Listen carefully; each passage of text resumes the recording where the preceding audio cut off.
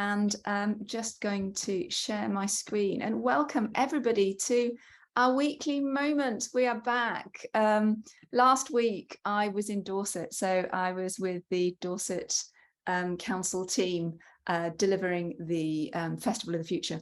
And if you haven't gone online, then I do suggest that you do. There is some really cool, amazing innovations that were shared, and also some amazing people that you might want to connect with in terms of panelists that were speaking in some of the agenda items. Okay, so we're back, and we are back on Wednesday, weekly roundtable. Agile, friend or foe?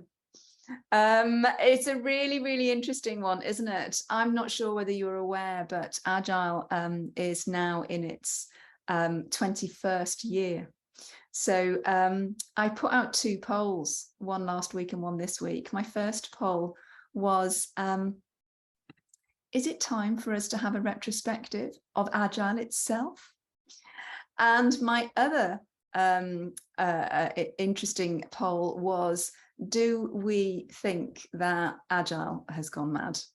And the interesting thing is, whilst there are people that have come back and said Agile's fine, the vast majority of people are saying we do need a retrospective here. You know, Scrum Masters and Agile project managers are saying there is something that we do need to do here to actually think about where we want to take it moving forward. So I think that's quite an interesting one. So a short session today, but something that I think is really important for us all. And just to welcome Emma as well. So great to see you there, Emma. Agile, 20 years on. There is a fantastic, I've got some references, I'll share them with everybody at the end of this session, but Al ten Hundfelt has put a really good retrospective blog out from last year.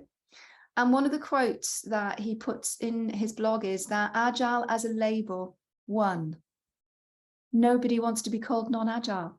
Gosh, I don't know about you, but our customers genuinely don't want to be called non-Agile. Agile as its practice falls woefully short of the revolution that the founders had as an ambition, which I think is a really, really interesting provocation to kick us into today's session.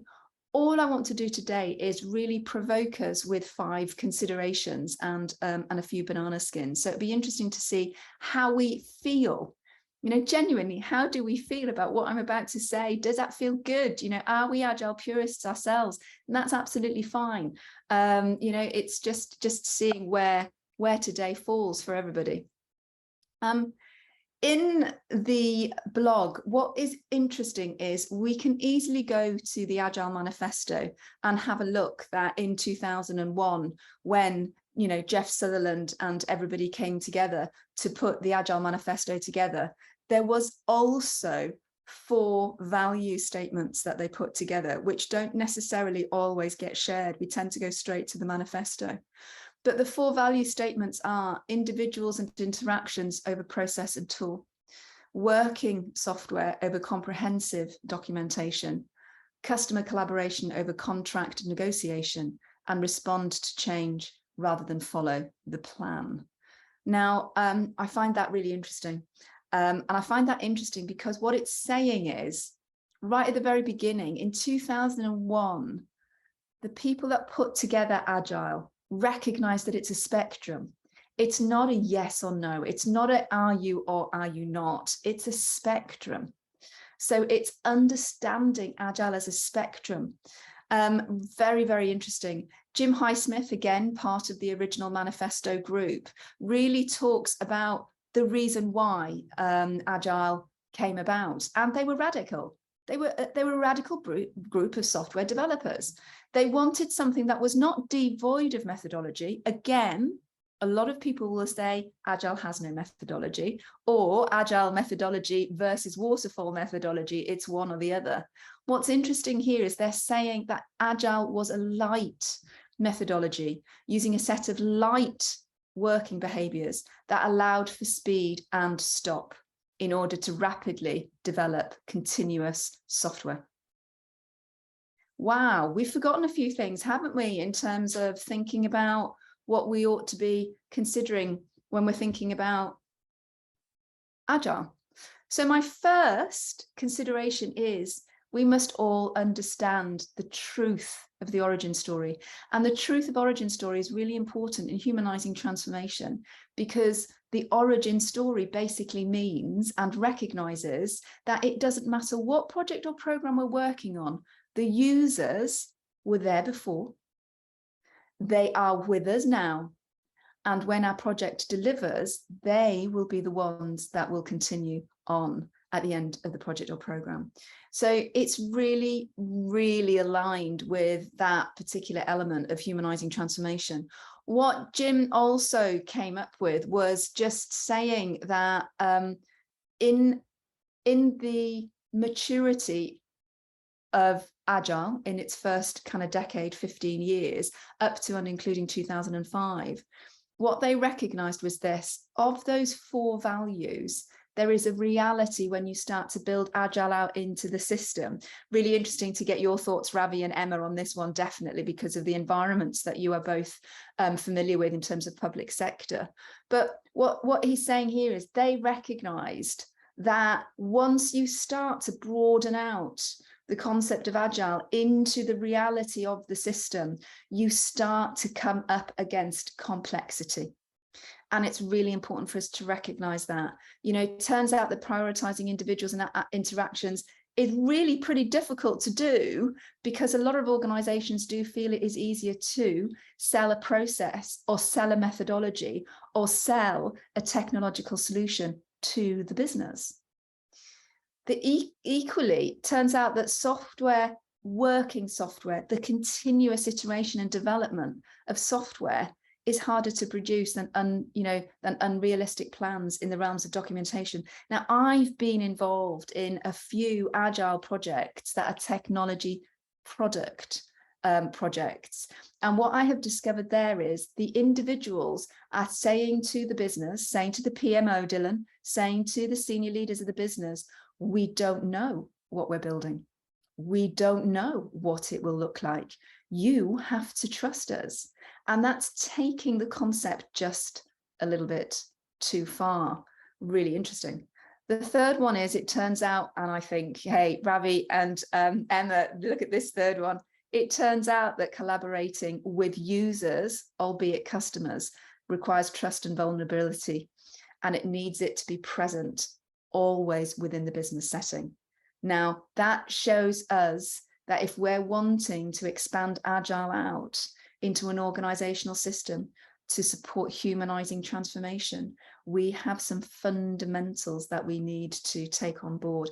And one of the other things that is interesting when I work with Agile coaches, or, you know, people that are, you know, Agile methodology project and program managers, is this: when you ask people to describe Agile, they say it's about transparency, it's about collaboration, it is about sharing, it is about, you know, openness. But it's not. It's actually not. It's about iterative, continuous development at speed, and ability to stop and reflect on where you're at and then move again. That's Agile. So it's very interesting to think about, you know, idea of trust and vulnerability and collaboration. They are fundamental parts of modern business. We don't need Agile to be questioning trust and vulnerability and how we collaborate across the business, how we break down silos. We don't need Agile for that. We ought to be doing it anyway. And interesting in the last one is, it turns out that responding to change often gets outweighed by executives. Very interesting, isn't it? Often gets outweighed by executives wanting to feel in control and still needing to legitimately create long-term plans for the business. So again, I think just like the second point, when we're wanting, if we've got a desire to use Agile in a way to support humanizing transformation, we have a fundamental requirement to work with the leaders for them to understand what this might mean. So we have to help them look inward into their own behavior, into their own norms, into their own beliefs. That's the 4 Ps of the Dilyn Way. Very, very, very interesting. That's consideration number 1 for us this morning. Do we really have a handle of the origin story beyond the surface of that manifesto? The second consideration for me is just touching on Jim's comment. Agile is not a methodology. It's a light methodology, which basically means it is a light plan of working behavior that allows us for the speed and the stop. So what behaviors do we need in order for us to stop and to then reflect and iterate on speed? It is not necessarily a daily stand-up or a 2-weekly retrospective. Again, I've been involved with Agile teams that, you know, the daily stand-up, it's done in 5 minutes and off we go. The retrospective, we're doing it, we're saying some things. There are some 1 or 2 things, but the radical candor, the real kind of, you know, the origin story, radical, let's change the way that we're doing things here, often falls short of bureaucracy when it comes to the ability for Agile to do its work as a light methodology. I think the other thing as well here is that if you go into the origin story, you see that extreme programming was already there. Scrum was talked about by Jeff Sutherland back in 1995. So, you know, yet again, if we're thinking about SAFe, if we're thinking about some of the ways that Agile has expanded out to support our organization with all the right intention, I think what we may have done is maybe muddied the waters a little bit with that origin story. So consideration number 2, it's light methodology, which means something else can work with it. It's okay to have another methodology to work alongside Agile. It's not a rip and replace. We can work with DevOps. You know, we can work with certain elements of waterfall. And I do kind of, you know, recognize that certainly if we look at the big institutions, the PMIs, the Axeloses, the APMGs, and perhaps even Dilyn, your own organization, there is a narrative in there, if you look, which says how does this blend? You know, where is the value of this as a blend, as a hybrid, as opposed to pure? Really interesting. Consideration number 2. Consideration number 3 is this: it's context. Before we even go down the route of Agile, is it that we want to do Agile, or is it that we're asking the organization to be Agile? That's really, really important, because to do Agile in a project, in a product development, is cool, it's great, it's brilliant. But if we want to be Agile as a collective set of human beings, as a community, then we need to recognize that things like transparency and collaboration are not Agile. They're fundamentals of business. That's not being Agile. We need those things anyway. So, you know, it's really, really interesting. So consideration number 3 for me is, are we asking ourselves that question in this situation with what we are trying to do here? Is it okay to do Agile, or are we genuinely needing to be Agile? And what are the principles of modern business to support us in that? Consideration number 3, are you doing or are you being?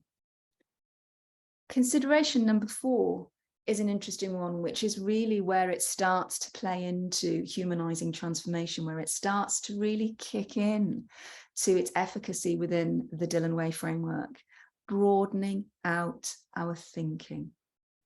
Not thinking that Agile is iteration, that it is the daily stand-up, that it is the set of working behaviors that will, you know, uncover change in who we are in terms of identity and mindset. It's not enough. So we need to broaden our thinking. We need to understand beyond Agile behavior and the tools, what does it mean to have an experimental mindset? Because we know now that we're working in a world of complexity, and in a world of complexity, where, 20 years ago, 30 years ago, we were in between an obvious world and a world of complexity. We are full throttle complexity now, which means that whilst we might be able to understand the challenge, we cannot, in the reality of our day to day, really recognize which solution is the right one. So there's something about Agile here, which is not saying we don't know what the outcome is. It's saying how many outcomes might there be for us? How many right answers are there? And in order to do that, we need the experimental mindset and the open outcomes mindset, which is what we call. And the other thing I think, which is very, very important, is this sense, especially when we're working with leaders, and this is from experience, is how do we cultivate the beginner's mind? How do we work with the leaders prior to asking the question, do Agile or be Agile? How are we working with the leaders to help them to understand curiosity, to help them to understand what it means to critically challenge and to critically think at first principles? So to call on the example that I've given previously from Elon Musk, $80 billion to build a rocket in NASA. The challenge that he put to his team was not how do we do this in an agile way? He said, if we take this back to first principles, what have we got here, guys? And they took it back to first principles, the foundational components required for putting a rocket into space and back. And they recognized that they were able to design something that was 80% commercially less in terms of investment. So the beginner's mind is really important. I don't believe that we should be muddying the waters around Agile and saying the experimental mind is part of it, the open outcomes mind is part of it, the beginner's mind is part of it. I think it's really important for us to broaden our thinking to enable the different elements of agility in who we are as a human and human system. Agility as opposed to Agile. Consideration number 4. And that means that there's a fifth and final consideration for us today, which is, and I really believe in this one. I believe that it is more congruent for us when we're working on expanding the concept of agility into an organization to help them to say, don't chase Agile, but chase a modern mindset. What does it mean for us to adopt a modern mindset, which allows us then to tap into these additional mindset dimensions that you see up here? Because there's a holism that's needed for an individual to have a modern mindset that then outputs agility. But if we only focus on the Agile mindset, we will, in my opinion, fall short of the holism of that modern leader. So how do we support the leaders with the digital native mindset as well as beginners? How do we support them in that ecosystem mindset? How do we support authenticity, not just transparency? Authenticity in terms of being able to bring our true self to the table. Data mindfulness, absolutely crucial. That sense of being prepared, the frame of reference. How are we helping our leaders to engage in art of the possible so that when we're doing Agile, when it's right to do Agile, they're already there with us. They're willing to innovate. They're willing to lean forward because they have already a prepared mindset, which is already forward looking, already outward looking, and already inward looking. So the penultimate dimension there, the prepared mindset, is super important. And of course, human-centered. I think this is really interesting because it's very easy for us to consider human-centeredness in terms of the end users. But human-centeredness is about that entire audience value chain, if you remember me bringing that into the subject earlier on. We had a great masterclass yesterday in the community, which was a lady called Sarah Pena, who came from Swindon Council. Sarah was allowed, she was given the opportunity to create an emerging technology team a couple of years ago. She was given seed funding. What she was asked to do was she was asked to prove whether emerging technology as a team to deliver proof of concept, multiple right answers, was something that would support the council, especially given that we're moving into a huge time of austerity. And there are two things that came out of that conversation that were incredibly important to me. The first one relates to that human-centered mindset, where they have learned in the last 2 years that it's not just the end user. They need to understand every single user and stakeholder, from the leaders to the suppliers, to the staff, to the end users and citizens, and place equal stakeholder management and relationship management into the entire value chain. That is a big learning that they've taken. The other learning that they've taken, which I think is really important to us to share with everybody today, is this sense of building things out. And what do I mean by that? If we build a proof of concept today, part of the business case to the business is, where is this potential? Where has this potential to transfer into other areas of the business? And even within the concept of proof, that proof of concept work, which usually takes them, somewhere between 2 and 4 months, they are looking at transferability. So they're looking at, this might work for fly tipping, but it might also work for potholes. This might work for vulnerable old people, but it might also work for free meals.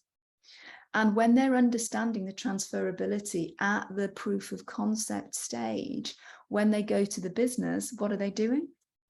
Open outcomes. These are multiple right answers that we've come up with. Who's willing to help us move forward so that we can invest not just for a service area, but that we can invest for the entire organization? Quite an interesting way of thinking. That's mindset. That's not just behavior, that's mindset, and a really, really powerful learning that they've taken on board over the last 2 years. So there you go. These are the 5 considerations that I wanted to share with everybody today. And also, I guess, the key thing is just to remind everybody that's on the call today, if you are not familiar with our Leadership Academy, we have a Leadership Academy. It is part of the framework, the Dilyn Way Humanising Transformation. We, really encourage all change and transformation teams to at least have one practitioner available to be able to understand modern mindset theory and identity shift, so that they can support that in the business, given everything that I've said earlier on today. So if you'd like to know a little bit more about that, then please do reach out to me. But equally, in summary, this is where we're at.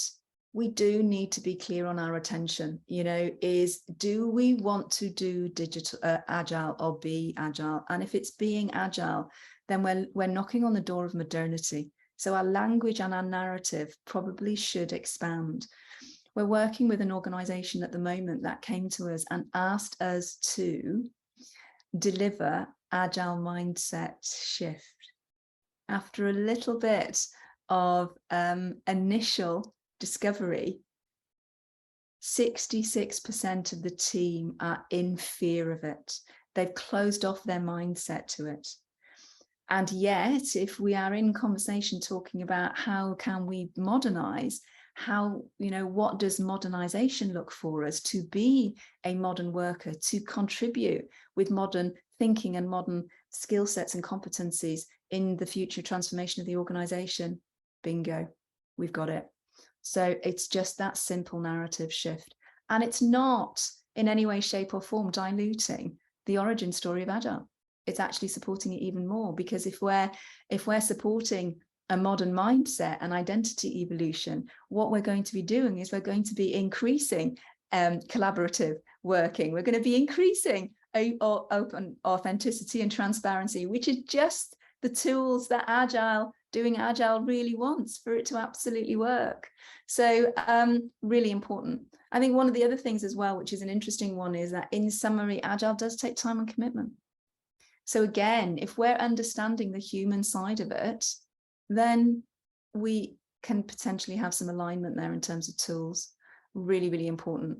I probably would suggest that if you are thinking of integrating Agile in a culture shift, in a culture project or program, I'd probably be inclined to question the word Agile in narrative, but also I would question any narrative to the business around it being a single methodology that you're bringing in, because there are so many other elements of other methodologies that are equally as important when it comes to culture and community. Really, really important. So broadening out that thinking to the entire human ecosystem is so incredibly important.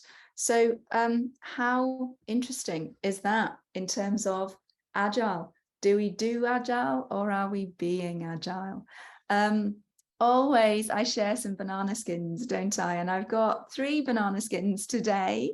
The first banana skin is the obvious one. If not us, the people around us, help them not to forget context. It's really important for us right at the very beginning to genuinely understand the context of bringing in Agile as a methodology question, as a narrative, as the silver bullet. And also, it is really valuable to do Agile when we are building software, when we are building projects, when we are bringing in technology. Let's not forget that it's incredibly important and a fantastic thing for us. And then the final thing for me is not to confuse it with Scrum. So if you look at the origin story of Scrum, when the team in 2001 put together the 4 values and the Agile methodology, the Agile manifesto, what they recognized was that they were going out to market with radical thinking. They knew that the market had and was in a particular mindset and working within a particular bureaucratic structure. So they knew that they needed something a little bit different to support them. And this is where Scrum really does enter into its real value and secret sauce, because the Scrum Master is there to work with the business with courage to say, this is how we're iterating. Stop now. Stop. We need to stop and reflect. We need to understand where we're at. We need to recognize the data before we move back. And iteration does mean iteration. I have recently come off the end of a 3-year project. And that 3-year project had in its contract the agreement of iteration within it. We were delivering one tiny part of that project.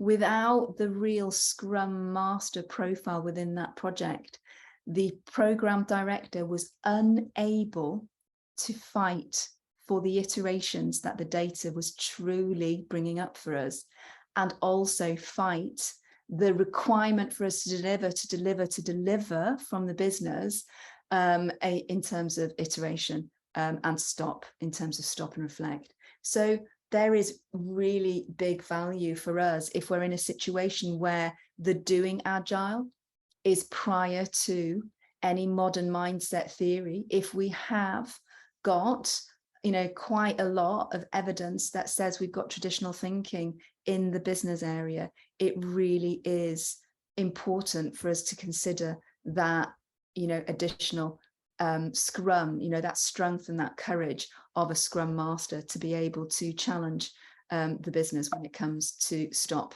and start. There you go. Whistle stop tour and a shorter version of today's session due to COVID. I apologize for that. But I just want to maybe just open it out just in terms of anything that I've said today. Does it kind of feel that it's making sense? I think certainly for us, what we're recognizing is that the people that are saying 20 years on, we probably do need a little bit of a retrospective in terms of where Agile has come to and where Agile is and its ambition and desires to be used within the business. So just wondering if anybody's got, maybe a thought or maybe an idea, and absolutely we'll share those fabulous, especially the first 2 fabulous, courageous blogs around this concept of doing Agile or being Agile. Let's have a retrospective.